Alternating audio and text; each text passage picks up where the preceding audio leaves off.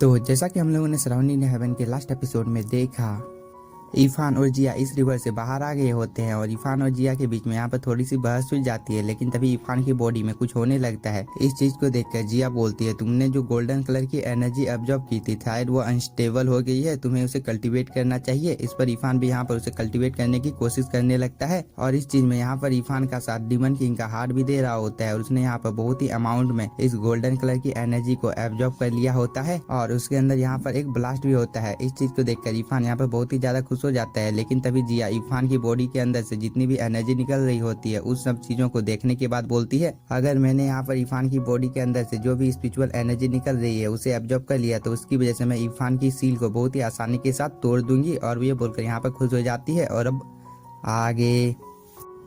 तो इस एपिसोड की भी शुरुआत बिल्कुल उसी सीन से होती है जहाँ पर जिया अपने मन में ये सब सोच ही रही होती है। लेकिन तभी इरफान की बॉडी से एक एनर्जी आकर सीधे जिया को लगती है जिसकी वजह से वह दूर जाकर गिरती है और इरफान की बॉडी के अंदर से ऐसे ही कुछ देर तक ये स्पिरिचुअल एनर्जी बाहर निकलते ही रहते हैं। इसके बाद हम लोगों को इरफान के सोल सी को दिखाया जाते हैं जहाँ पर डीमन किंग का हार्ट अभी भी इन गोल्डन कलर की एनर्जी को एब्जॉर्ब कर रहा होता है। इस चीज को देखकर इरफान यहाँ पर थोड़ा सा खुश हो जाता है और वो बोलता है, डीमन किंग का असेसन और ब्लड सच में मेरी बहुत ही ज्यादा मदद कर रहा है और अगर ऐसे ही कुछ देर तक चलता रहा तो इसकी वजह से मैं अपनी स्पिरिचुअल फर्नेस को भी ठीक कर पाऊंगा। लेकिन अभी भी डीमन किंग के असेसन एंड ब्लड ने यहाँ पर जितनी भी गोल्डन कलर की एनर्जी है इन सभी को एब्जॉर्ब नहीं किया है और उसे भी इस चीज में प्रॉब्लम हो रही है। इरफान यहाँ पर ये सब बोल ही रहा होता है लेकिन तभी डीमन किंग का हार्ट यहाँ पर बहुत ही अमाउंट में इस एनर्जी को एब्जॉर्ब करने लगता है जिसकी वजह से यहाँ पर जितनी भी गोल्डन कलर की एनर्जी होती है वो डीमन किंग के हार्ट के इर्द गिर्द घूमने लगती है। इस चीज को देखकर इरफान बोलता है, मुझे खुद को भी रिकवर करने के लिए असेसन एंड ब्लड की जरूरत है, इसलिए डीमन किंग के हार्ट से मुझे यह लेना होगा। इरफान यहाँ पर अपने मन में ये सब सोचकर खुश हो ही रहा होता है। लेकिन तभी हम लोगों को डीमन किंग के हार्ट को दिखाया जाता है जो कि यहाँ पर बहुत ही स्पिरिचुअल एनर्जी को एब्जॉर्ब कर लिया होता है जिसकी वजह से उसका साइज भी यहाँ पर बढ़ने लगता है। इस चीज को देखकर इरफान बोलता है, मैंने अभी तक डीमन किंग के हार्ट को पूरी तरह से रिफाइन नहीं किया है इसलिए मैं उसे अपने कंट्रोल में नहीं कर सकता हूँ, लेकिन सौभाग्य से मेरे पास ग्रीन कॉपर है जो कि मेरे इस काम में मदद करने वाला है। इरफान के यह बोलने की ही देरी थी तभी ग्रीन कॉपर अपनी पावर को एक्टिवेट कर देता है और इरफान के सोल सी में चारों तरफ अपनी एनर्जी को फैला देता है जिसकी वजह से यहाँ पर डीमन किंग का हाथ भी आजाद हो जाता है और वो इस जगह से भागने लगता है। इस चीज को देखकर इरफान बोलता है, मैं तुम्हें फ्यूचर में कभी भी परेशान नहीं करूंगा, तुम प्लीज यहाँ पर दोबारा से वापस आ जाओ। इरफान ये सब बोल ही रहा होता है लेकिन तभी हम लोगों को जिया को दिखाया जाता है जिससे यहाँ पर होश आ गया होता है और इरफान ने इसकी बॉडी के ऊपर में जो सील लगाया होता है वो अभी जिया की बॉडी से हट गया होता है जिसकी वजह से जिया यहाँ पर बहुत ही ज्यादा खुश हो जाती है और वो अपने पावर के यहाँ पर टेस्ट करने वाली होती है। लेकिन तभी वो कुछ सोचकर यहाँ पर रुक जाती है क्योंकि इसकी पावर यहाँ पर सिर्फ 10% रिकवर हुई है, इसलिए वो इरफान के साथ फाइट यहाँ पर करना नहीं चाहती है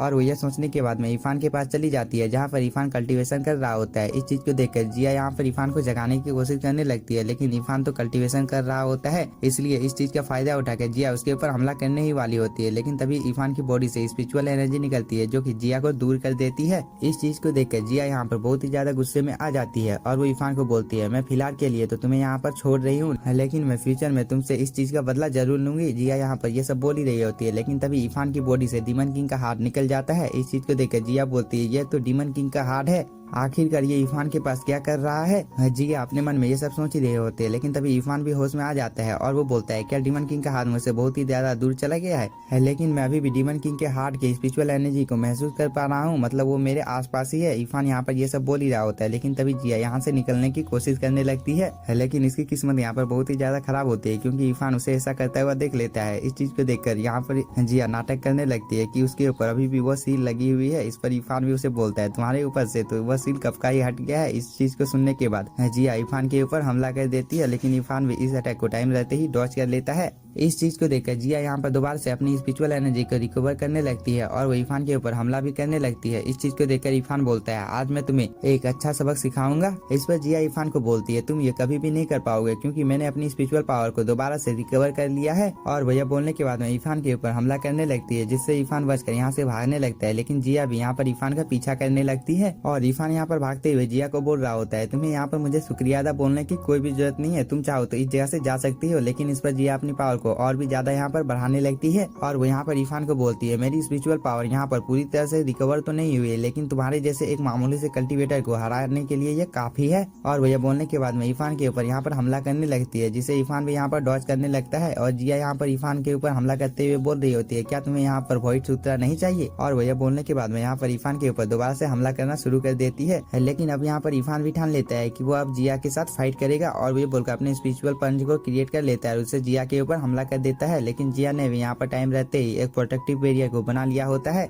लेकिन इरफान यहाँ पर जिया के इस प्रोटेक्टिव बैरियर को बहुत ही आसानी के साथ तोड़ देता है और वो जिया के पास अपने पंच को ले जाकर रोक देता है। इस चीज को देखकर जिया यहाँ पर बहुत ही ज्यादा शॉक हो जाती है और वो इरफान को बोलती है ब्लैक एंड येलो एनर्जी तुम्हारे पंच में क्या कर रही है, क्या तुम इस चीज के बारे में मुझे बता सकते हो। इस पर इरफान जिया को बोलता है तो तुम मुझे सबसे पहले व्हाइट सूत्रा के बारे में बताओ, मैं तुम्हें इसके बाद इस चीज के बारे में बता दूंगा कि मैं इस चीज को कैसे करता हूँ। इस पर जिया इरफान को बोलती है मैंने तुम्हें पहले ही बोला था ना कि व्हाइट सूत्रा के बारे में मुझे कुछ भी पता नहीं है। इस बात को सुनने के बाद इरफान यहाँ पर थोड़ा सा गुस्से में आ जाता है। हम लोगों को कुछ देर बाद का टाइम दिखाया जाता है जहाँ पर इरफान जिया के फेस के ऊपर पेंटिंग कर रहा होता है और वो जिया को बोलता है जब हम लोग पहली बार मिले थे तभी मैंने तुम्हें बोला था कि अगर तुमने मेरे साथ कुछ उल्टी सीधी हरकत करने की कोशिश की तो मैं तुम्हारे दोनों गालों के ऊपर कछुआ और मेढक का चित्र बना दूंगा। और वो ये बोलने के बाद में यहाँ पर एक बहुत ही ज्यादा फनी तस्वीर जिया के फेस पर बना देता है। इस चीज को देखकर जिया यहाँ पर बहुत ही ज्यादा चिल्लाने लगती है और वो यहाँ पर चिल्लाने भी लगती है। इस चीज को देखकर इरफान बोलता है तुम यहाँ पर कितनी ज्यादा चिल्ला रही हो, मैं तुम्हें इस जगह से जाने दूंगा, लेकिन जाने से पहले मैं तुम्हारे साथ यहाँ पर एक सौदा करना चाहता हूँ।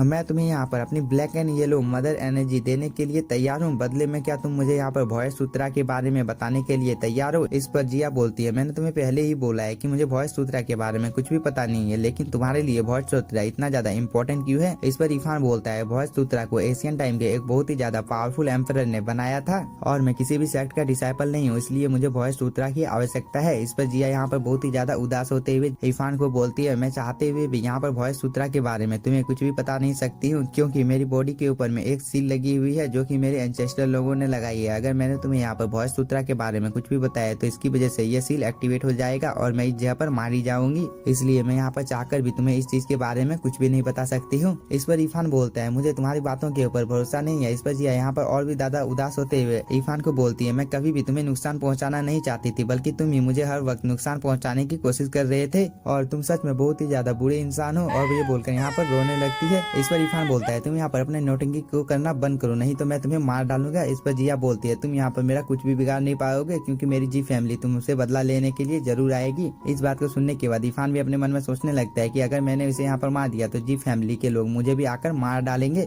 इसलिए मैं इसका यहाँ पर कुछ भी बिगाड़ नहीं सकता हूँ, लेकिन मैं तुम्हारे साथ ये तो कर सकता हूँ। इस बात को सुनने के बाद जिया यहाँ पर थोड़ी सी शॉक हो जाती है। इसके बाद हम लोगों को कुछ देर बाद का टाइम दिखाया जाता है जहाँ पर जिया बहुत ही ज्यादा हंस रही होती है और इरफान उसे गुदगुदी कर रहा होता है और जिया यहाँ पर बहुत ही ज्यादा हंस रही होती है और वो इरफान को बोलती है तुम बहुत ही ज्यादा बेशरम हो, तुम एक लड़की के साथ ऐसा कैसे कर सकते हो। इस पर इरफान बोलता है मैं तुम्हारे साथ ऐसा करना बंद कर दूंगा, लेकिन तुम्हें मुझे वॉइस सूत्रा के बारे में बताना होगा। इस पर जिया इरफान को बोलती है अगर तुम्हारे अंदर में हिम्मत है इरफान तो तुम इस जगह पर रुको, क्योंकि मेरा भाई कुछ ही देर में इस जगह पर आ जाएगा और वो तुम्हें इस चीज के लिए यहाँ पर जान से मार डालेगा। इस पर इरफान बोलता है तुम्हें इस चीज की चिंता करने की कोई भी जरूरत नहीं है, क्योंकि अगर मैंने एक बार अपने कल्टीवेशन को बढ़ा लिया तो तुम्हारा भाई मुझे कुछ भी नहीं कर पाएगा और मैं खुद तुम्हारे भाई से फाइट करने के लिए जाऊंगा। लेकिन फिलहाल के लिए ये अभी बहुत ही ज्यादा दूर की बात है, इसलिए मुझे यहाँ पर अपने काम के ऊपर फोकस करना चाहिए। और वो ये बोलकर जिया को इस चीज को दिखाने लगता है, जिसे देखकर जिया यहाँ पर थोड़ी सी डरने लगती है। इस पर इरफान बोलता है अगर तुमने यहाँ पर मुझे वॉइस सूत्रा के बारे में बता दिया तो मैं तुम्हें इस जगह से जाने दूंगा, नहीं तो तुम्हें पता ही है कि मैं क्या कर सकता हूँ। इस बात को सुनने के बाद जिया यहाँ पर बहुत ही ज्यादा रोने लगती है और वो बोलती है इरफान मैं तुम्हें इस चीज के लिए कभी भी माफ नहीं करूंगी। इसके बाद हम लोगों को रात का टाइम दिखाया जाता है जहाँ पर इरफान इस पेपर के ऊपर कुछ लिखा हुआ होता है उसे पढ़ रहा होता है। शायद यही वॉइस सूत्रा है जिसे शायद जिया ने उसे दे दिया है।